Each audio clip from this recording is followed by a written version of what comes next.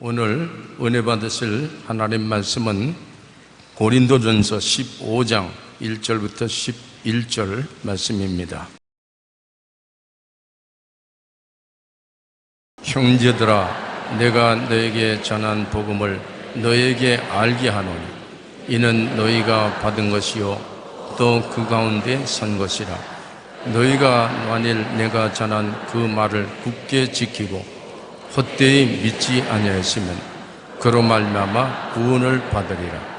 내가 받은 것을 먼저 너에게 전하였노니 이는 성령대로 그리스도께서 우리 죄를 위하여 죽으시고 장차 지낸 바 되셨다가 성령대로 사흘 만에 다시 살아나사 게바에게 보이시고 그의 12 제자에게와 그 외 500여 형제에게 일시에 보이셨나니 그 중에 지금까지 대다수는 살아있고 어떤 사람은 잠들었으며 그 외 야고보에게 보이셨으며 그 외 모든 사도에게와 맨 나중에 만삭되지 못하여 난 자 같은 내게도 보이셨느니라.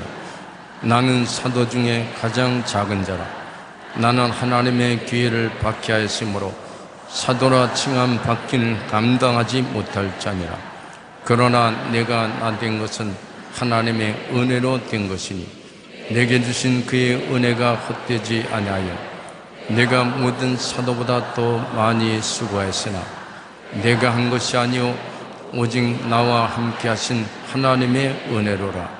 그러므로 나나 그들이나 이같이 전파하며 너희도 이같이 믿었느니라. 아멘.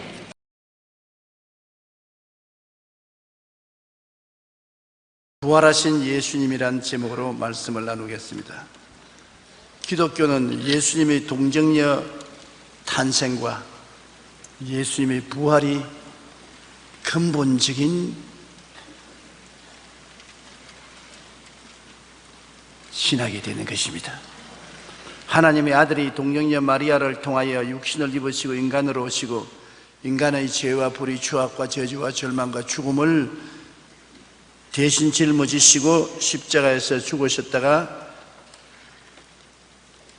사흘 만에 사망을 이기고 부활하셔서 우리의 영원하신 구세주가 되신다는 복음이 우리가 믿는 진리인 것입니다. 한 역사신학자가 이런 말을 남겼습니다. 인류 역사의 가장 큰 사건 3가지를 말한다면 첫 번째, 하나님이 인간으로 세상에 오셨다는 것, 즉 예수 그리스도의 탄생이요. 두 번째, 하나님이 죽으셨다는 것입니다. 사람이 죽은 것이 아닙니다. 하나님이 죽으셨다는 사건이고, 세 번째는 죽었던 하나님이 다시 살아났다는 것입니다. 그는 예수님의 탄생과 죽으심과 부활하심을 인류 역사의 가장 큰 사건으로 이야기한 것입니다. 오늘날 전 세계에는 날짜를 계산할 때 예수 믿는 나라나 안 믿는 나라나 상관할 것 없이 예수 그리스도의 태어나신 것을 기점으로 해서 Before Christ, After Christ, BC, AD로 나눕니다. 십자가는 세상에서 가장 거룩한 표시가 되어 교회 위에 세워지고 사람들이 목에 달거나 손목에 달고 다니는 것입니다. 예수님 부활하신 오늘은 온 세상의 인류들이 부활을 찬미하고 부활을 노래하고 있습니다. 예수님의 동정녀 탄생과 십자가의 죽으심과 부활하심은 인류 역사 가운데 가장 큰 사건이요 진리의 복된 소식인 것입니다. 그런데 과연 부활을 하셨나? 이것이 늘 우리가 묻는 질문입니다. 과연 예수님이 죽으시다가 부활하시는가? 여러분, 예수님이 죽으시다가 부활하시면 예수님이 죽으시다가 부활한 사건을 본 증인들이 많이 있을 것입니다. 증인들이 없이 그냥 말한다면 거짓말이 될 수 있는 것입니다. 그러나 수많은 증인들이 다 예수 그리스도의 부활을 증거하면 그것은 사실일 수가 있는 것입니다. 예수님께서는 자신의 죽음과 부활을 미리 예언하신 것입니다. 우연히 일어난 것이 아닙니다. 예수님이 무능력에서 로마의 관원에게 잡혀서 죽으신 것이 아닙니다. 주님은 당신의 죽으심을 예언한 것입니다. 왜냐하면 세상에 오실 때 벌써 죽기 위해서 오신 것입니다. 우리 위해서 제물이 되시기 위해서 오셨기 때문에 주님은 죽으실 것을 예언하신 것입니다. 그리고 부활할 것을 예언하신 것입니다. 마가복음 10장 33절로 34절에 보라 우리가 예루살렘에 올라가노니 인자가 대제사장들과 서기관들에게 넘겨지며 그들이 죽이기로 결의하고 이방인들에게 넘겨주겠고 그들은 능욕하며 침뱉으며 채찍질하고 죽일 것이나 그는 3일 만에 살아나리라 하시니, 예수님께서 말씀하신 대로 십자가에 못 박여 죽으시고 아리마대 요셉의 무덤에 장사 지내시고 무덤 문을 돌로 막으시고, 그리고 총독의 명령에 의해서 로마의 군인들이 철통같이 무덤을 지켰습니다. 그런데 셋째 날 아침에 막달라 마리아와 다른 마리아가 예수님께 향을 붓기 위해서 죽은 시체에 중동에서는 향을 붓는 것이 습관인 것입니다. 무덤을 찾아왔는데 갑자기 하늘에서 천둥병력이 일어나더니 빛난 옷을 입은 천사가 무덤에 와서 돌을 옮기는데 지키던 파수꾼들이 얼굴이 백지장같이 되어서 죽은 자가 되었습니다. 여자들도 정신이 없어서 보고 있는데 돌 위에 올라앉은 천사가 하는 말이 너희가 예수 그리스도를 찾는구나. 그는 이곳에 있지 않고 부활하셨다. 그의 누군 곳으로 와보라. 그래서 무덤 안을 보니까 예수님은 온데간데 없고 그가 벗어놓은 수의만 보였었습니다. 여자들은 놀라서 이 사실을 제자들에게 전도해야 되겠다고 뛰어가는데 예수님이 그들 앞에 나타나셨습니다. 주님이시여, 너무 반가워서 주님을 끌어안으려고 하니까 내가 아직 아버지께로 올라가지 않았으니 내 몸에 손대지 마라.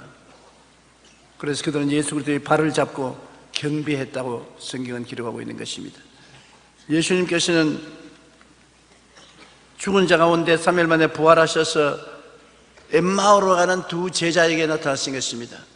예수님을 따라오던 제자 중에 두 사람이 낙심해서 엠마오로, 예루살렘에서 한 25리쯤 되는 곳 엠마오로 내려갔습니다. 그들 내려가면서 둘이가 굉장히 탄식스러운 말을 했습니다. 우리는 그분이 반드시 로마에서 우리 유대인들을 해방시켜 주시고 다윗의 왕국을 세워줄 줄 알았는데 그렇게 허무하게 십자가에 죽으실 줄 몰랐다.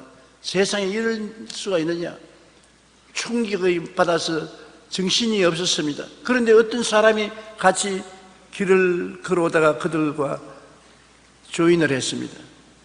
그러고 난 다음에 아니 당신들 무엇을 그렇게 심각하게 이야기합니까? 두 사람이 눈을 휘둥그랬지만 당신 예루살렘에서 내려오면서 예루살렘에서 일어난 일을 모릅니까? 무슨 일입니까?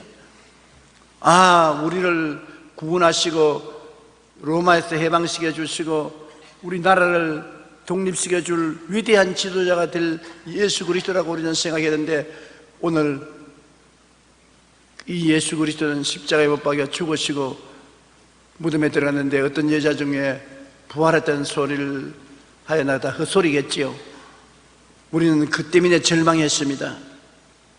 그분이 당신들 참 이상하네.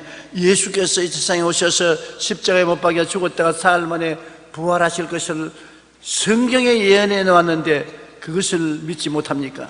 그런데 그들이 저녁이 늦어지니까 여관에 들어가서 쉬고 가려고 하는데 이분은 그냥 가려고 하거든. 그러지 말고 우리와 같이 여관에 들어가서 쉬시고 우리에게 성경을 좀 이야기해 달라고. 그래서 여관에 들어가서 식탁에 앉아서 빵을 가지고서 축사를 하는데 이분이 축사하고 난 다음에 보니까는 눈이 탁 열리는데 예수님이시거든. 깜짝 놀라서 예수님인 줄 알고 아이고 주님 하자마자 주님은 사라져버렸습니다. 그래서 그들이 이 사실을 보고 놀라서 그 길로 예루살렘으로 돌아와서 도마가 없는 10제자들이 모인 곳에 가니까 10제자들이 말하기를 예수님은 죽은 데 가운데서 살아났고 부활하셔서 그들 가운데 왔다고. 그래 그들은 예수 그리스도를 만났다고 이구동성으로 흥분해서 야단인 것입니다. 요한복음 20장 19절로 20절에 보면 이날 곧 안식 후 첫날 저녁 때 제자들이 유대인들을 두려워하여 모인 곳에 문을 닫았더니 예수께서 오사 가운데 서서 이르시되 너희에게 평강이 있을지어다. 이 말씀을 하시고 손과 옆구리를 보이시니 제자들이 주를 보고 기뻐하더라. 예수님은 제자들이 나타나서 못자국 난 손, 창자국 난 옆구리를 보여주신 것입니다. 그런데 도마가 어디에 갔다가 늦게 어슬렁어슬렁 와서 그 이야기를 듣고 하하하하 참 어리석은 사람들이다. 예수 그리스도가 어떻게 죽었는데 부활을 한단 말인가. 나는 진짜로 그가 부활해서 내게 온다면 내 손을 가지고서 그 손 못자국에 넣어보고 옆구리를 손가락을 넣어보고 그래야 믿지. 안 그러고 당신네처럼 환상을 보고 난다면 그렇게 흥분하지 않겠다. 뭘 만져보고 확실한 증거를 해야지. 그렇게 어리석은 여자들처럼 사나이 대장부들이 그렇게 믿느냐. 그 제자들이 할 말이 없어요. 그런데 8회가 지나고 난 다음에 도마도 같이 모여 있는데 예수님께서 나타나셨습니다. 그리고 도마 앞에 서서 손을 내밀고 도마야 네 손을 내서 내 이 못자국 난 손바닥을 만져보라. 옷을 걷으면서 내 옆구리에 손을 넣어서 만져보라. 도마가 놀라가지고서 얼굴이 새파랗게 되어서 주는 나의 주님이시요 나의 하나님이십니다. 이 사람아 네가 분고로 믿느냐? 안 보고 믿는 자가 복이 있다. 그래서 도마도 예수님의 부활을 체험하게 된 것입니다. 성경은 요한복음 20장 26절로 27절에 8회를 지나서 제자들이 다시 집안에 있을 때 도마도 함께 있고 문들이 닫혔는데 예수께서 오사 가운데 서서 이르시되 너에게 평강이 있을지어다 하시고 도마에게 이르시되 내 손가락을 이리 내밀어 내 손을 보고 내 손을 내밀어 내 옆구리에 넣어보라. 그리하여 믿음 없는 자가 되지 말고 믿는 자가 되라.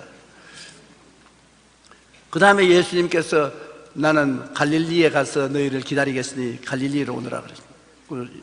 사라졌어요. 제자들이 예루살렘에서 갈릴리로 내려갔는데 언제 예수님이 나타날지 알 수가 없어요. 그래서 베드로가 원래 고기잡이니까 옛 직업 버릴 수가 있습니까? 심심하고 시간이 있고 할 일이 없으니까 나는 고기 잡으러 간다. 다른 제자들도 나도 하고 함께 따라서 고기 잡으러 갔습니다. 갈릴리 호수에 들어가서 밤새도록 그물을 던졌습니다. 그동안에 3년 동안 고기를 안 잡아봤으니까 많이 서툴어지고 그물을 던져 땡겨도 한 마리도 못 잡았습니다.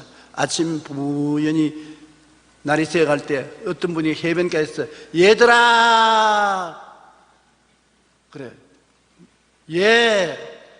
그물을 오른쪽에 던져라 그러면 잡으리라. 그래 오른편에 그물을 던지니까 굉장히 많이 잡혔단 말입니다. 예수님이 미리 제자들 위해서 고기들에게 명령을 내려가지고서 오른편에 다 모이도록 하신 것입니다. 여러분 주님께서 도와주시려면 못할 일이 없습니다. 예수님께서 처음 베드로 만났을 때도 깊은 곳에 가서 그물을 던져라. 원래 깊은 곳에 그물 던져서 고기 안 잡힙니다. 그러나 주님께서 고기를 전부 깊은 곳에 모아놓고 난 다음에 그물 던져라. 그물 던지면 찢어지도록 고기가 잡힌 것입니다. 주님께서 축복을 하시면은 사람의 생각을 초월한 기적이 일어나는 것입니다. 그날 배 우편에 그물을 던져서 땡겨보니 가득히 고기가 잡힌지라 제자 중 한 사람이 예수님이시다 그러니까 베드로가 그냥 웃옷을 걸쳐 입고 물로 뛰어들어서 헤엄을 쳐서 나오고 다른 제자들은 그물을 끌고 나왔는데 나와보니 예수님이 숯불을 피워놓으시고 생선을 구워놓고 빵을 구워놓고 기다린 것입니다. 제자들이 그물을 끌어 당겨서 고기를 헤아려 보니 153마리였다. 상세히도 헤아려 봤어요. 예수님께서 떡을 주시고 생선을 구워 주시고 방금 잡아온 생선 좀 가져오라. 가져오니까 예수님이 구워서 제자들에게 먹이셨습니다. 예수님께서 여러분 우리에게 영적인 일만 관심을 가지고 세상에 이런 관심이 없다고 생각하는 사람은 큰 잘못입니다. 제자들이 밤새도록 고기 잡았으니 배가 고플 줄 알고 빵과 생선을 구워서 준비하시는 주님이신 것입니다. 오늘날 우리에게 무엇을 먹을까, 무엇을 입을까, 무엇을 마실까 염려하지 말라. 이는 다 이방인들이 염려하는 것이요 너희 천부께서 이 모든 것이 너희에게 있어야 될 줄 아시나니라. 그 나라와 그 일을 먼저 구하라. 그리하면 이 모든 것을 너희에게 더하시리라. 여러분, 하나님께서 여러분을 어디 간지 돌보신다는 것을 확인해야 될 것은 성경에 너희가 나를 택한 것이 아니라 내가 너희를 택했다고 말한 것입니다. 여러분이 예수님을 찾아서 부르시어 구원받은 것이 아니라 예수님이 수많은 사람 가운데 여러분을 택해가지고서 여러분을 구원하신 것입니다. 그러므로 나를 택하신 이도 예수님, 나를 부르신 이도 예수님, 나를 보내신 이도 예수님인 것입니다. 그러므로 나가 죄를 짓고 불의하고 추악하고 세상에 말할 수 없는 망나니였을 때 주님이 나를 택해서 불러주셨는데 이제 그래서 예수 믿고 구원을 받고 주님 믿고 살아보려고 애쓰는 우리를 주님께서 버릴 택이 없습니다. 사람들이 와서 종종 저에게 이런 말합니다. 목사님, 주님이 과연 내와 같이 계실까요? 주님이 나를 버리지 아니하실까요? 주님이 나를 떠나지 아니하실까요? 그때마다 제가 하는 말이 있습니다. 당신이 죄를 짓고 불의하고 추악하고 버림받아야 마땅한 삶을 살 때 예수를 믿게 된 것은 당신이 믿은 것이 아니라 예수님이 당신을 택했다. 그럴 때도 주님이 택해서 주의 백성으로 삼으려고 했는데 지금이야 그때보다 훨씬 낫지 않느냐. 주님이 당신을 위해서 십자가에 못 박여 몸짓고 피 흘려 그 무거운 죄의 대가를 지불한 당신인데 버릴 택이느냐. 여러분, 오늘 여러분 주님이 여러분을 굉장히 사랑하십니다. 여러분이 주님을 사랑한 것이 아니라 주님이 여러분을 먼저 사랑했고, 여러분이 주님을 찾은 것이 아니라 주님이 여러분을 먼저 찾은 것입니다. 그러므로 주님은 여러분을 귀하고 귀하게 생각하는 것입니다. 예수님께서 베드로와 제자들하고 식사를 하시고 난 다음 베드로에게 이런 질문을 했습니다. 베드로야, 네가 나를 사랑하느냐? 사랑이라는 말에는 두 가지 단어가 있습니다. 아가페라는 사랑은 하나님의 신적 사랑을 말합니다. 희생적인 사랑. 그 다음에 그냥 친구로 사랑하는 필레오입니다. 그는 그냥 친구로 사랑하면서 이기주의적인 사랑을 할 수 있는 것입니다. 아가페의 사랑은 거룩한 사랑이고 필레오 사랑은 세속적인 사랑인 것입니다. 그런데 예수님께서 베드로에게 물으신 것입니다. 베드로야, 너희가 나를 아가페 하느냐? 거룩한 사랑, 신적인 사랑을 하느냐? 베드로가 예 주님, 나는 주님을 필레오 합니다. 주님 친구로서 사랑하는 것이지 거룩하게 사랑하지 않습니다. 왜냐하면 주님을 사랑한다고 했다가 전에 3번 부인한 서디슨 체험이 있거든요. 그러니 자신을 잃어버렸었습니다. 그래서 너 나를 거룩하게 사랑하느냐? 아니요, 친구로 사랑합니다. 내 양을 먹이라. 또 잠시 예수님께서 베드로야, 너가 나를 아가페 하느냐? 거룩하게 사랑하냐? 주님, 나는 주님을 필레오 합니다. 친구로 사랑합니다. 내 양을 쳐라. 한참 만에 예수님이 베드로의 눈을 정면을 들여다보시더니 베드로야, 네가 나를 필레오 하느냐? 네가 나를 친구로서 사랑하느냐? 그 말에 베드로는 탁 충격을 받았습니다. 언제 또 친구로 사랑하다가 했다가 또 모른다고 하면 어떻게 하겠노? 주님이 뭘 알기 때문에 이렇게 말씀하시는 것이 아닌가? 깜짝 놀랐습니다. 그래서 주님, 내가 주님을 필레오, 친구로 사랑하는 것 주님이 알지 않습니까? 왜 번이 알면서 물으십니까? 내가 이렇게 말하고 난 다음에 또 주님을 배반할지도 모르니까 자신은 없습니다. 그러나 지금은 필레오로 사랑합니다. 그래, 내 양을 치라. 그러고 난 다음 주님께서 너는 나를 따르라. 다른 제자들이 따라오니까 베드로가 주님, 날 보고 오라고 왔는데 저 사람들은 왜 따라옵니까? 주님께서 그 사람들이야 내가 다시 재림할 때까지 안 죽도록 이 세상에 남겨놓은들 니와 무슨 상관이 있느냐? 다른 사람 일 상관하지 말고 넌 나만 따르라. 그러고 난 다음 예수님께서는 시몬 베드로에게 나타난 이후에 500명 사람들에게 갑자기 나타나신 것입니다. 여러분, 사람들이 예수님 아무리 환상으로 본 것을 허탄한 일이라고 하지만 한꺼번에 500명이 환상 보는 거 보았습니까? 꿈을 꾸고도 똑같은 꿈을 500명이 함께 꾸는 것 보았습니까? 5명도 한꺼번에 환상을 보고 똑같은 일을 꿈꿀 수 없는데 500명이 동시에 예수님이 성천하는 것을 보았습니다. 그러고 난 다음에 예수님께서는 주님의 교회를 핍박하고 예수 믿는 사람을 잡아서 처형하려고 하는 사울에게 다메섹 도상에서 나타났던 것입니다. 친구에게 나타난 것이 아니라 원수에게 나타났습니다. 예수 그리스도의 교회를 회파하고 예수를 믿는 사람들을 잡아서 예루살렘으로 끌고 와서 심판하려고 하는 사울에게 예수님이 나타나셨습니다. 그래서 사울은 그 예수님을 만나보고 난 다음 바울이 되어버리고 마는 것입니다. 이름을 바울로 바꾸고 그리스도의 위대한 사도가 된 것입니다. 고린도전서 15장 8절에 보면 맨 나중에 만삭되지 못하여 난 자 같은 내게도 보이셨나니라. 예수님의 죽으심과 부활하심은 많은 역사가들에게 의해서 기록되었습니다. 예수님을 십자가에 처형시킨 빌라도는 빌라도 보고서에 예수님의 죽음에 대해서 상세하게 기록했습니다. 반대하는 사람들이 예수님 십자가에 못 박혀 죽었다는 것 거짓말이다. 실제로 예수님 죽은 일이 없다. 그러나 예수님을 처형에 처한 빌라도가 자기의 기록에 상세하게 예수님을 처형한 것을 기록하고 있는 것입니다. 초기 역사가인 요세푸스는 예수님에 대해 그는 메시아였다, 우리 유대인들 지도층 사람들이 그를 고소했기 때문에 십자가 처형을 받으셨다라고 기록하고 있는 것입니다. 로마 역사가인 타키투스도 그리스도는 티베리우스 통치 기간 중에 총독 빌라도에 의하여 처형되었다라고 기록되어 있는 것입니다. 예수님은 확실히 죽으셨고, 그 다음 옥스퍼드 대학의 역사 교수였던 토마스 아놀드는 예수님의 부활에 대하여 이렇게 말했었습니다. 토마스 아놀드라면 역사학자들은 전 세계에서 몰라주는 사람이 없습니다. 그는 위대하고 훌륭한 역사학자인데 나는 여러 해 동안 과거의 역사를 연구하고 조사하며 이에 대해 기록한 문헌과 유물을 고증하여 사실 여부를 조사했습니다. 그런데 하나님께서 우리에게 주는 표징, 곧 그리스도가 죽으셨다가 살아났다는 사실보다 더 분명하고 완전한 사실을 인류사에서 보지 못했습니다.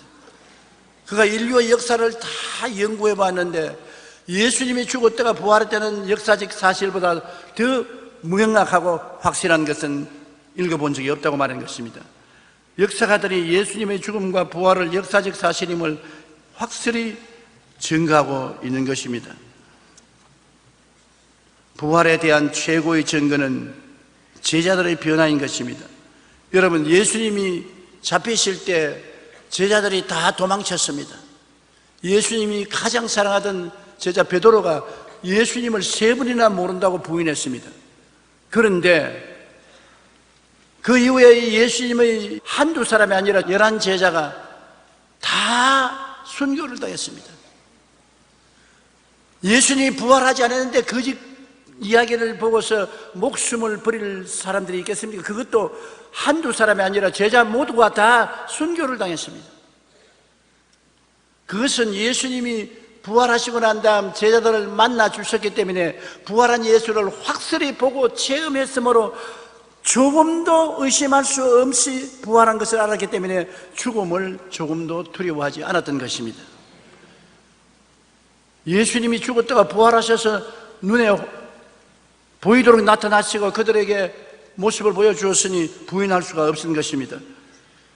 부활하신 예수님은 제자들에게는 확실한 분이었던 것입니다.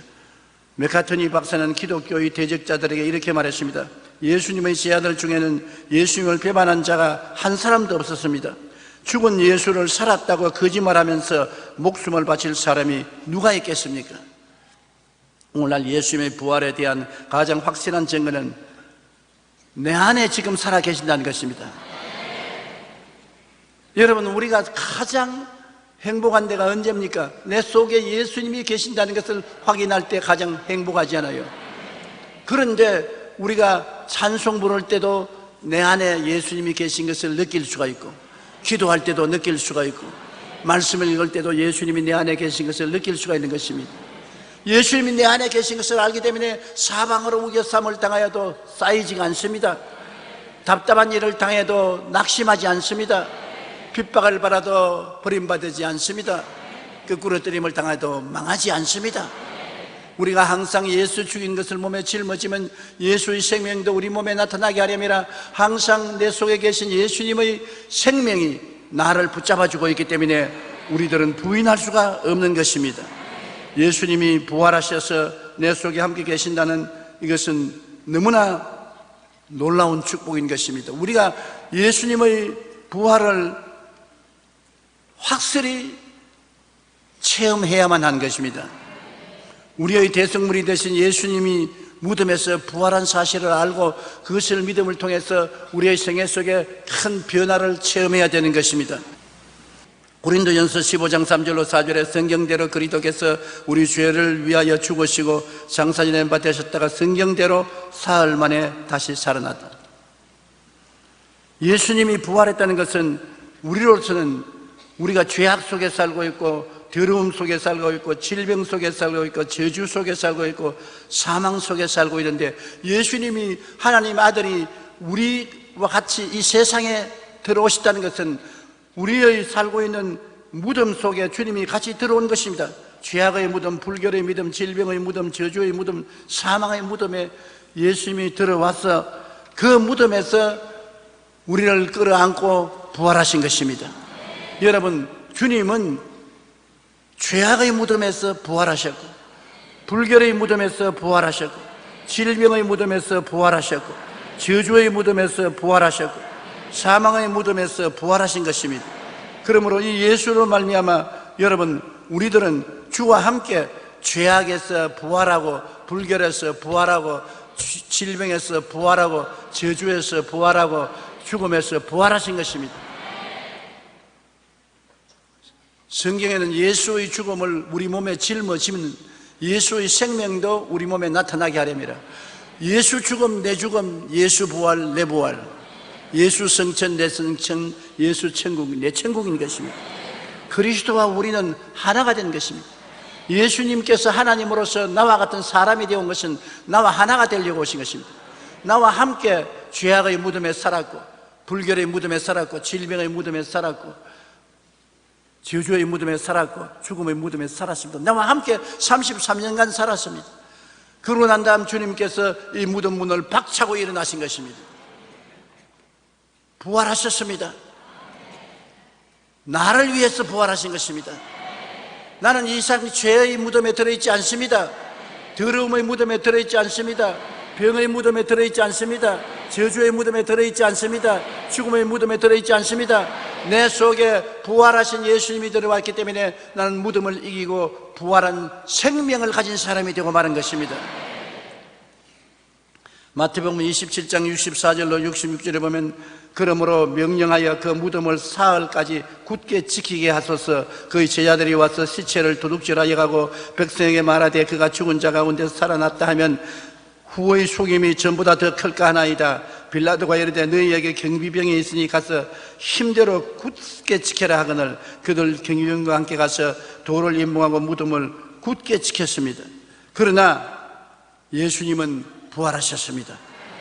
예수님께서는 용서와 의로서 부활하셨습니다. 로마서 4장 25절에 예수는 우리가 범죄한 것 때문에 내어 줌이 되고 또한 우리를 의롭다 하시기 위하여 살아났느니라. 예수님이 무덤에서 부활했다는 것은 죄를 다 청산하고 죄를 용서하고 의로움을 우리에게 주시기 위해서 부활하신 것입니다.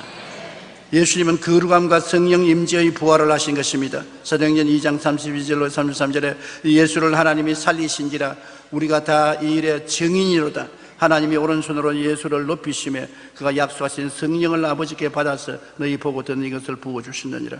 예수님은 마귀의 진을 물리치고 자기가 일어나지 못하게 지키는 로마 군인들을 물리치고 부활하셔서 우리에게 성령을 보내주신 것입니다. 그러므로 예수 그리스도는 우리에게 성령을 주시기 위해서 부활하신 것입니다. 예수님은 십자가를 걸머쥐고 무덤에 들어갈 때 채찍에 맞아 온 몸이 피투성이가 되었었습니다. 성경은 말하기를 채찍에 맞을 때마다 우리의 병을 대신 짊어졌다.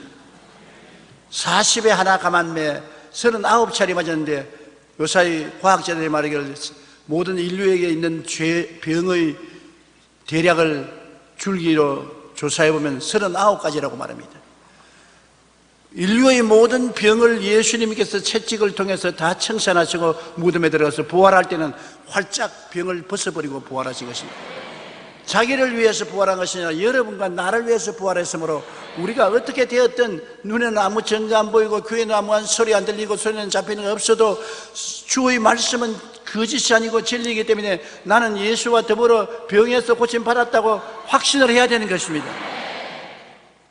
예수님의 그 다음 부활은 축복의 부활인 것입니다. 고린도후서 9장 8절에 하나님이 능히 모든 은혜를 너희에게 넘치게 하시나니 이는 너희로 모든 일에 항상 모든 것이 넉넉하여 모든 착한 일을 넘치게 하려 하십니다. 한번 따라 읽어주십시오. 너희로 모든 일에 항상 모든 것이 넉넉하여. 그러니 주님께서 우리에 대한 뜻이 어떻습니까? 모든 일에 항상 모든 것이 넉넉하여. 너만 잘 먹고 잘 입고 잘 살아라 그렇게 말한 것이 아니라 모든 착한 일을 넘치게 하려 하십니다. 착한 일을 넘치게 하기 위해서 우리에게 모자람이 없이 풍부하게 주시겠다는 것입니다. 내가 풍부하게 하나님께 받아서 착한 일을 넘치게 할 때 하나님께서는 그와 더불어 우리에게 누릴 수 있는 은총도 주시는 것입니다. 가난하고 헐벗고 굶주리고 병들고 벌거벗고 사는 것이 하나님의 뜻이 아닙니다. 절대로 아닙니다. 왜? 예수님이 그것 때문에 십자가에 못 박여 무덤에 들어갔다가 그것을 청산하고 부활하셨기 때문에 주님은 모든 일에 항상 모든 것이 넉넉하여 모든 착한 일을 넘치게 하는 여러분이 되기를 원하시는 것입니다. 그렇기 때문에 이것을 여러분께서 생각하고 그것을 꿈꾸고 믿고 입으로 시인하십시오. 여러분 생각 속에 나는 모든 일에 항상 모든 것이 넉넉하게 만들어졌다고 생각하십시오. 여러분이 항상 바라보고 꿈꾸는 것은 나는 모든 일에 항상 모든 것이 넉넉하여 부족함이 없다고 바라보십시오. 그리고 그것을 믿으십시오. 그리고 입술로 시인하십시오. 나는 모든 일에 항상 모든 것이 넉넉하여 모든 착한 일을 넘치게 하고 산다고 입술로 말하십시오. 여러분 입술의 말이 여러분의 삶의 분위기를 만들어주는 것입니다. 사람은 자기가 어떤 분위기를 만드는가에 따라서 하나님이 역사하느냐 마귀가 역사하는가 둘 중에 하나가 되는 것입니다. 나는 모든 일에 항상 모든 것이 없어서 착한 일을 할 수도 없고 헐벗고 굶주리고 절망에 처해있다. 절망적인 분위기입니다. 가난과 헐벗음의 분위기를 만들어 놓으면 사탄이 와서 좋다고 춤을 추고 도적질하고 죽이고 멸망시키는 일을 하는 것입니다. 그러나 나는 예수 그리스도의 십자가의 보혈로 말미암아 은총을 받아서 모든 일에 항상 모든 것이 넉넉하여 모든 착한 일을 넘치게 한다고 시인을 하면 예수님께서 그 분위기 속에 들어오셔서 생명을 얻되 풍성히 얻게 만들어주는 것입니다. 내 운명은 내 마음 속에서 만들어가는 것입니다. 지킬 만한 것보다 내 마음을 지켜라. 생명의 근원이 이에서 남이라고 했습니다. 생명의 근원이 마음에서 나오는데 마음을 다스리는 자가 운명을 다스리는 것입니다. 마음을 어떻게 다스립니까? 생각을 긍정적으로 먹고 올바른 꿈을 갖고 긍정적으로 믿고 제일 중요한 것이 긍정적으로 말을 함으로 마음을 밝고 맑고 환하게 다스릴 수 있는 것입니다. 마음에 어떤 분위기가 있습니까? 여러분 지금 여러분 마음을 한번 들여다보십시오. 어떤 분위기입니까? 절망적인 분위기입니까? 미움과 원한이 꽉 들어찬 분위기입니까? 탄식과 고통이 꽉 들어찬 분위기입니까? 슬픔과 절망의 분위기입니까? 분위기가 그러면 여러분의 운명과 미래는 그렇게 열매 맺게 되는 것입니다. 마음에 가득한 것이 밖으로 나옵니다. 마음에 없는 것이 나오지 않습니다. 안 보이는 것이 보이는 것으로 옷 입고 나오는 것입니다. 그러나 여러분 마음의 분위기가 밝고 맑고 환하고 오늘은 기쁘고 즐거울 뿐 아니라 오늘보다 내일은 더 나아지고 모레는 더 나아진다. 나는 행복하다. 나는 평안하다. 나는 기쁘고 즐겁다. 나는 형통하다. 나는 복받았다. 그러한 분위기를 만들어 놓으면 하나님께서 오셔서 그 안에 거하시고 그 분위기대로 기적을 산출해 주시는 것입니다. 내 믿은 대로 될지어다. 그러므로 여러분께서 항상 마음의 분위기를 올바르게 만드십시오. 친구 집에 갔을 때도 친구 집이 깨끗이 정돈되고 향수를 뿌려서 향기가 나면 그 친구 집에 앉아서 오래 이야기하고 놀고 싶습니다. 분위기가 좋으니까. 그러나 친구 집에 갔는데 집안 살림이 다 어지러워지고 파리가 가득 나르고 먹은 쓰레기통에 쓰레기가 꽉 들어차고 썩은 냄새가 나면 친구가 좀 더 있으라고 붙잡아도 있기 싫습니다. 분위기가 엉망이기 때문에 있기 싫어지는 것입니다. 절대로 집에 쥐가 많다, 파리가 많다, 벌레가 많다고 원망하지 마십시오. 왜냐? 쓰레기통에 쓰레기가 꽉 들어차기 때문에 그 분위기 속에는 쥐가 안 올 수가 없습니다. 내가 쥐가 오도록, 벌레가 오도록, 파리가 오도록 만들어 놓았었습니다. 밥 찌꺼기와 집안 쓰레기를 다 안 치우고 갖다 넣었으니 쥐가 얼마나 좋아합니까? 쥐 천국이지요. 파리 천국이지요. 벌레 천국을 만들어 놓고 난 다음에 이놈의 쥐야, 이놈의 벌레야, 이놈의 파리야 왜 왔나고 욕을 할 수가 있습니까? 쥐나 벌레나 파리를 없애려면 소재를 착 해버리죠. 깨끗하게 하고 난 다음에 그곳에 깨끗한 꽃을 심는 환경을 만들어 놓으면 나비가 날라오고 벌이 날라오고 꿀을 치고 하지. 분위기가 좋으니까 쥐 보고 오라 해도 안 옵니다. 그 먹을 거 없는데 왜 가나? 벌레 보고 오너라 해도 아유 우리는 그 너무 깨끗해서 못 가겠다. 파리 보고 오라. 아유 무슨 먹을 거 시작하지요. 우리는 안 갑니다. 여러분의 마음은 여러분이 다스리는 것입니다.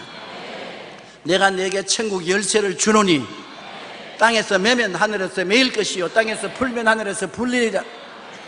천국의 열쇠는 여러분 손에 있는 것입니다. 그러므로 예수님이 부활하실 때는 축복의 부활입니다. 예수님의 부활을 마음속에 받아들이면 죄가 사라지고 의의 분위기가 되고 추화감이 사라지고 거룩함의 분위기가 되고 질병의 사라지고 건강의 분위기가 되고 저주가 사라지고 축복의 분위기가 되고 그 다음 영생 복락의 부활의 분위기가 만들어지는 것입니다. 요한복음 11장 25절로 26절에 나는 부활이요 생명이니 나를 믿는 자는 죽어도 살겠고 무릇 살아서 나를 믿는 자는 영원히 죽지 아니하리니. 부활하신 예수님이 속에 계신데 우리가 죽을 택이 있습니까? 영원히 죽지 않습니다. 고린도전서 15장 20절로 22절 우리 다 같이 한번 읽어보십시다. 그러나 이제 그리스도께서 죽은 자 가운데서 다시 살아나사 잠자는 자들의 첫 열매가 되셨도다. 사망이 한 사람으로 말미암았으니 죽은 자의 부활도 한 사람으로 말미암는도다. 아담 안에서 모든 사람이 죽은 것 같이 그리스도 안에서 모든 사람이 삶을 얻으리라. 여러분은 삶을 얻었습니다. 옆에 계신 분에게 당신은 영생을 가지고 있습니다. 기가 막히게 놀라운 축복을 우리가 받은 사람인 것입니다. 세상에 이런 복을 받을 줄 누가 알았습니까? 그런데 더 놀라운 것은 이 복을 여러분이 알아서 찾은 것이 아니라 주님이 여러분을 붙잡아서 이 복을 받도록 택하여 주신 것입니다. 여러분은 주님의 택함받은 사람인 것입니다. 여러분이 주님을 택한 것이 아니라 주님이 여러분을 택하신 것입니다. 그러므로 주님은 여러분을 버리지 아니하고 떠나지 않습니다. 항상 같이 계신 것입니다. 한번 따라 말씀하세요. 나는 주님의 택하심을 받은 사람이다. 그렇기 때문에 우리가 예수 그리스도를 바라보면 구원과 희망이 넘쳐나는 것입니다. 십자가를 통하여 구원이 오고 주님이 우리에게 주신 성령을 통하여 희망이 넘쳐나는 것입니다. 모세가 수르 광야에서 마라의 쓴물을 나무를 던져서 달게 한 것처럼 오늘 십자가를 우리 가슴에 품으면 십자가를 통하여 모든 쓴물이 달아지는 것입니다. 정말 십자가를 안고 매달리고 기도하면 십자가를 통하여 염려, 근심, 불안, 초조, 절망, 좌절, 미움, 분노가 다 사라지고 달아지는 것입니다. 마음속에 사망의 독이 없어지는 것입니다. 죄의 독, 부정의 독, 질병의 독, 저주의 독, 죽음의 독이 사라지는 것입니다. 십자가는 위대한 치료의 능력을 그 속에 갖추고 있는 것입니다. 십자가에서 생명이 넘쳐나는 것입니다. 십자가 내가 처음 볼 때 내 마음의 큰 고통이 사라지다. 마음의 고통이 십자가를 통하여 사라진 것입니다. 그러므로 예수 십자가를 통하여 우리는 구원과 희망을 가질 수가 있는 것입니다. 요한복음 3장 16절로 11절에 하나님이 세상을 이처럼 사랑하사 독생자를 주셨으니 이는 그를 믿는 자마다 멸망하지 않고 영생을 얻게 하려 하심이라. 하나님이 그 아들을 세상에 보내신 것은 세상을 심판하려 하심이 아니요 그로 말미암아 세상이 구원을 받게 하려 하심이라. 하나님은 구원하시기를 원하시는 것입니다. 우리 한 사람도 멸망받고 심판받아 망하고 지옥에 들어가기를 원치 아니하시는 것입니다.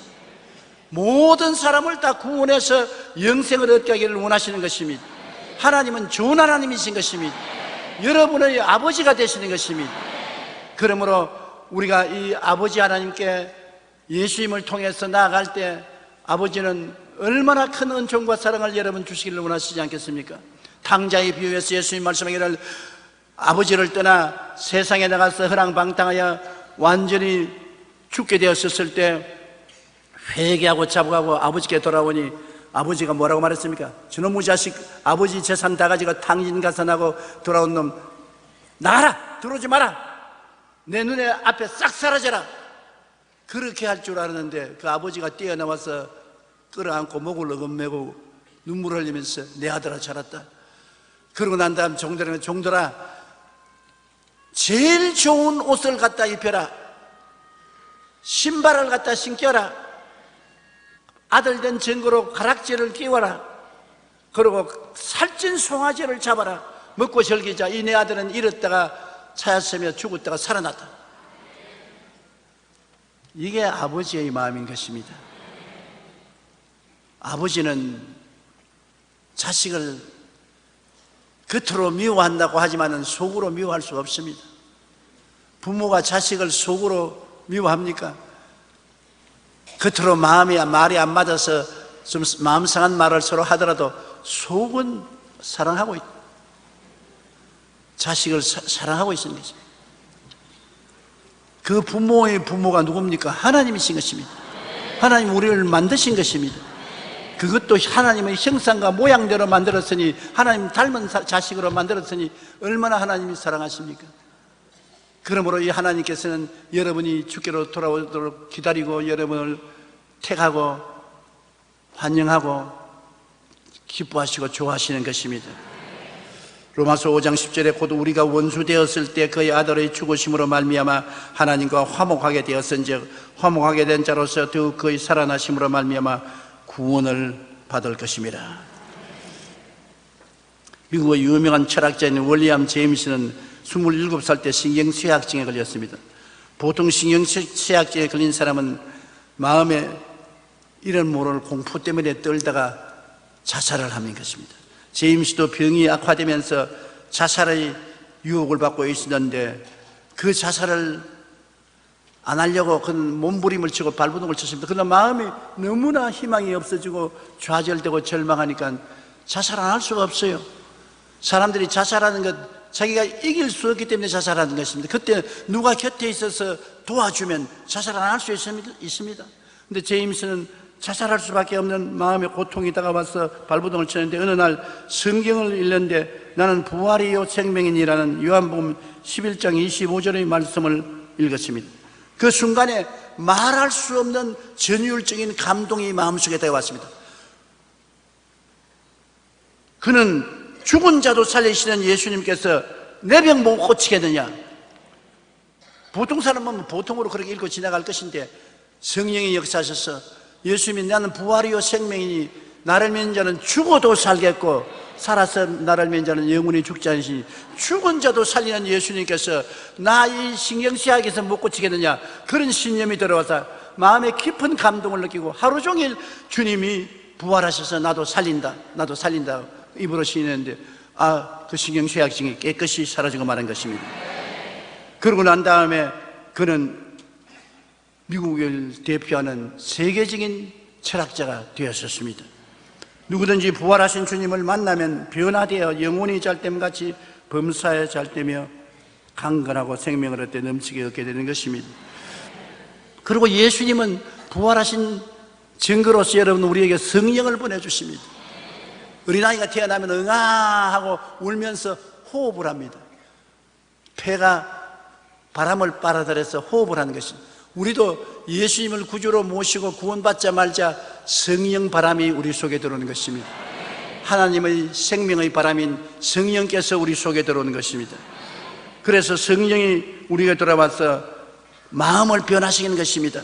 가난한 자에게 복된 소식을 전하시는 성령님, 마음속에 가난의 의식을 버리고 축복의 의식을 갖도록 만들어주는 것입니다.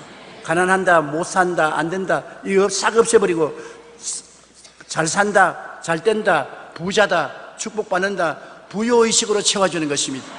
아까 제가 말씀드린 것처럼 분위기를 바꿔주는 것입니다. 가난한 분위기에서 축복받은 분위기로 생각을 바꿔주는 것입니다.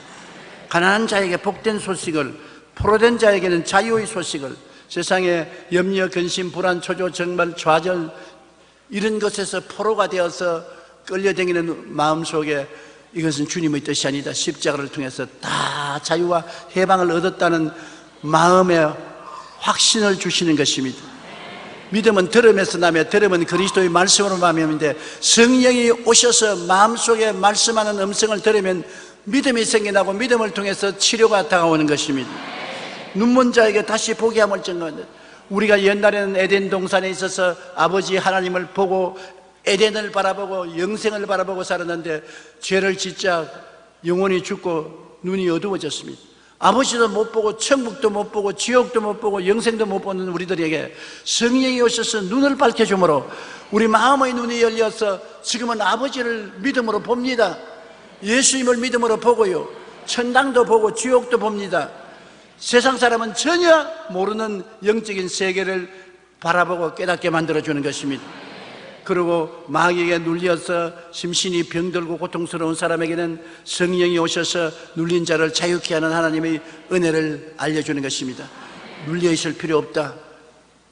스트레스에서 해방되어라. 성령이 오셔서 예수 그리스도 이름으로 스트레스에서 해방시켜주고 하나님의 은혜의 해를 전하는 소식을 전합니다. 은혜의 해라는 것은 옛날에 구약의 희년이라고 50년 만에 옛날 것으로 돌아갑니다. 종으로 팔렸으면 50년이 지나면 값없이 원상 복구가 되고 땅 팔아먹고 집 팔아먹고 한 것이 있으면 50년 후에는 주인에게 돌아가는 것입니다. 성령이 오셔서 우리에게 말하는 것은 예수님이 십자가에 죽었다 부활하심으로 우리를 옛날 그대로 복구시켜 주신다. 옛날 아버지 하나님의 아들로 복구시켜 주신다. 옛날에 에덴 동산의 삶으로 복구시켜 주신다. 기쁨과 소망과 사랑과 영생을 복구시켜 주신다. 그러므로 예수 믿으면 여러분 하나님 안에서 새로운 삶을 얻고 하나님이 계획하신 그대로 살게 되는 것입니다. 종교적인 의식만 받아들이는 것이 아닙니다. 무슨 철학을 받아들이는 것이 아닙니다. 우리의 생활 속에 하나님의 새로운 삶의 계획이 이루어지게 되는 것입니다. 누구든지 그리스도 안에 있으면 새로운 피조물이라. 이전 것은 지나갔으니 보라 새것이 되었도다. 새것이 되었으니 그럼 새것은 무엇입니까? 오중보험과 삼중 축복을 누리며 사는 사람들인 것입니다. 죄에서 용서받고 불의에서 용서받고 치료받고 아브라함의 복을 받아 모든 일이 항상 모든 것이 능력하여 모든 착한 일을 넘치게 하고 그리고 사망과 음부에서 벗어나서 영생 복락을 얻은 사람이 되는 것입니다. 여러분은 육신은 죽어도 속사람은 죽지 않는 것입니다. 하나님은 나는 아브라함의 하나님이요 이삭의 하나님이요 야고보의 하나님이라고 말했습니다. 그게 원어로 보면은 과거를 쓰지 않고 나는 지금 아브라함의 하나님이고 지금 이삭의 하나님이고 지금 야곱의 하나님이다. 나는 죽은 자의 하나님이 아니라 산 자의 하나님이다. 그러므로 지금 아브라함, 이삭도 야곱도 하나님 앞에서는 살아있다는 것입니다. 그러므로 하나님은 여러분과 나 앞에 살아계신 하나님, 여러분이 육신은 죽어도 영적으로는 살아서 주님 앞에 계시는 여러분이 되는 것입니다. 그러므로 영혼이 잘 되고 범사에 잘 되며 강건하고 생명을 얻되 넘치게 얻는 전인 구원을 얻어서 여러분 이 세상에 부끄럼 없이 슬픔 없이 탄식 없이 살아갈 수 있는 여러분 자신이 된 것을 생각하고 꿈꾸고 믿고 입술로 고백하십시오. 누가 뭐라고 말해도 하나님께서 그리스도 안에서 이 새로운 생명을 계획해 놓으신 것입니다. 십자가에 몸짓고 피 흘리신 은혜로 말미암아 주님이 허락하신 오중보험과 삼중 축복을 여러분이 누리게 되시기를 주님 이름으로 축원합니다. 그것을 누리게 하기 위해서 성령이 우리에게 와서 역사하는 것입니다. 국민일보에 노숙자로 지내며 알코올 중독에 빠졌던 50대 남성이 간증한 것이 실린 적이 있습니다. 원래 건설업을 하던 그는 두 아들과 식당 일을 하던 아내와 함께 단란하게 잘 살았습니다. 교회도 열심히 나가서 안수집사도 되고 건축위원장도 되었었습니다. 그런데 어느 날 그 아내가 이단에 빠졌어요. 이단이란 무섭습니다. 이단에 빠지자 집안일을 돌보지 않고 이단에 끌려가서 집을 숲밭으로 만들어버렸습니다. 거기에 낙심한 이분은 술을 먹기 시작했습니다. 그래서 알코올 중독자가 되었었습니다. 아내와 별교하게 되었고 아들 둘이는 낙심해서 가출해버리고 설상가상으로 IMF가 다가오며 건설업을 하던 그가 부도까지 나자 직장도 잃어버리고 집도 쫓겨나고 노숙자가 되었었습니다. 그래서 노숙자로서 길거리에서 자고 깨면서 사람들이 던져주는 돈을 받아서 술을 마시고 완전히 폐인이 되었었습니다. 이제는 올 때 갈 데 없이 노숙자로서의 삶도 살 수 없을 정도가 되자 할 수 없이 노숙자 쉼터로 도움을 받기 위해서 갔는데 그곳에 가니까 성경책이 성경을 보자 마음에 탁 깨달습니다. 내가 옛날에 성경을 읽고 성경 말씀대로 살려고 했는데 이 꼬락서니가 무엇이냐. 그래서 노숙자 쉼터에서 성경을 읽기 시작하자 회개하기 시작하고 눈물을 흘리고 하나님과 가까워졌습니다. 그러자 성경 속에서 얻은 것이 마음의 감동으로 부활과 희망인 것입니다. 희망이 생겨자 기도하기 시작한 것입니다. 사람은 희망을 잃으면 기도하지 않습니다. 희망이 생기자 기도하기 시작한 것입니다. 예수님, 술에 중독이 되어 노숙자가 된 저를 부활하게 해 주시옵소서. 내게 새로운 부활의 생명을 주소서. 그런 부활하신 주님을 만나 알코올 중독자로 노숙자로 살던 삶이 완전히 청산하게 되고 새로운 삶을 살게 된 것입니다. 자기 힘으로도 능으로도 안 되는데 부활하신 예수님이 들어오자 그 놀라운 해방시키던 힘이 솟아올라는 것입니다. 샘물이 솟아오르듯이 올라가서 변화된 것입니다. 그렇기 때문에 그로 말미암아 그는 새 사람이 되고 다시 교회로 돌아가서 오늘날 착실한 성도가 되어 있습니다. 예수님의 십자가는 구원의 복음이며 성령님은 우리와 늘 함께 계시며 삶의 희망을 주시는 것입니다. 성령이 임하시면 우리는 모든 가난과 고통과 억압과 굴레에서 벗어나 하나님의 은혜와 사랑 가운데 살게 되는 것입니다. 마가리트 하긴서는 한국 전쟁 때 중군 기자로 취재하여 풀리처상을 받은 유명한 여기자입니다. 중공군이 쳐들어와서 포위를 당해서 추운 겨울에 온갖 고생을 당하는 미군 병사들에게 나아가서 이 여기자가 물었습니다. 군인을 보고서 만일 내가 하나님이라면 당신은 무엇을 구하겠습니까? 그러니까 병사는 슬픈 낯으로 이렇게 대답했습니다. Give me tomorrow. 나에게 내일의 희망을 주십시오. 왜냐하면 언제 죽을지 모르니까 중공군에게 포위당했어요. 이 말이 기사로 실리면서 아주 유명한 이야기가 되었었습니다. 러시아의 소설가인 도스토옙스키는 희망이 없이 산다는 것은 삶을 포기한 것이나 마찬가지다. 병사의 짧은 이 한마디는 인간은 내일의 희망이 없다면 살아갈 수 없다는 것을 단적으로 보여준 것입니다. 예수님의 십자가는 구원의 복음입니다. 십자가는 우리 가슴 속 절망의 썬물을 달게 변화시키며 예수님이 부활하시면 내일의 희망을 주는 복된 소식인 것입니다. 그러므로 그리스도는 모든 절망을 안고 무덤에 들어갔다가 절망을 다 멸하시고 난 다음에 영원한 희망을 갖고 부활하신 것입니다. 예수 안에서 우리는 용서받은 희망이 있습니다. 예수 안에서 거룩하고 성령 받을 희망이 있습니다. 예수 안에서 심신이 치료받을 희망이 있습니다. 예수 안에서 아브라함의 복을 받을 희망이 있습니다. 예수 안에서 천당 복락을 누릴 희망이 있습니다. 나도 전인 구원을 받아 영혼이 잘되고 범사에 잘되며 강건하고 생명을 얻되 풍성히 얻을 희망이 있습니다. 믿음, 소망, 사랑, 의, 평강, 희락을 갖고 살 수 있는 희망이 있습니다. 사랑과 희락과 화평과 오래 참음과 자비와 양성과 충성과 온유와 절제와 같은 성령의 열매를 맺을 희망이 있습니다. 우리는 우리 앞에 희망이 있고 우리 주변에 희망이 있고 내일에 희망이 있습니다. 그 희망을 기록하고 우리에게 전달해진 성경책을 가지고 있습니다. 이 안에 모든 하나님이 우리에게 주신 희망이 기록되어 있는 것입니다.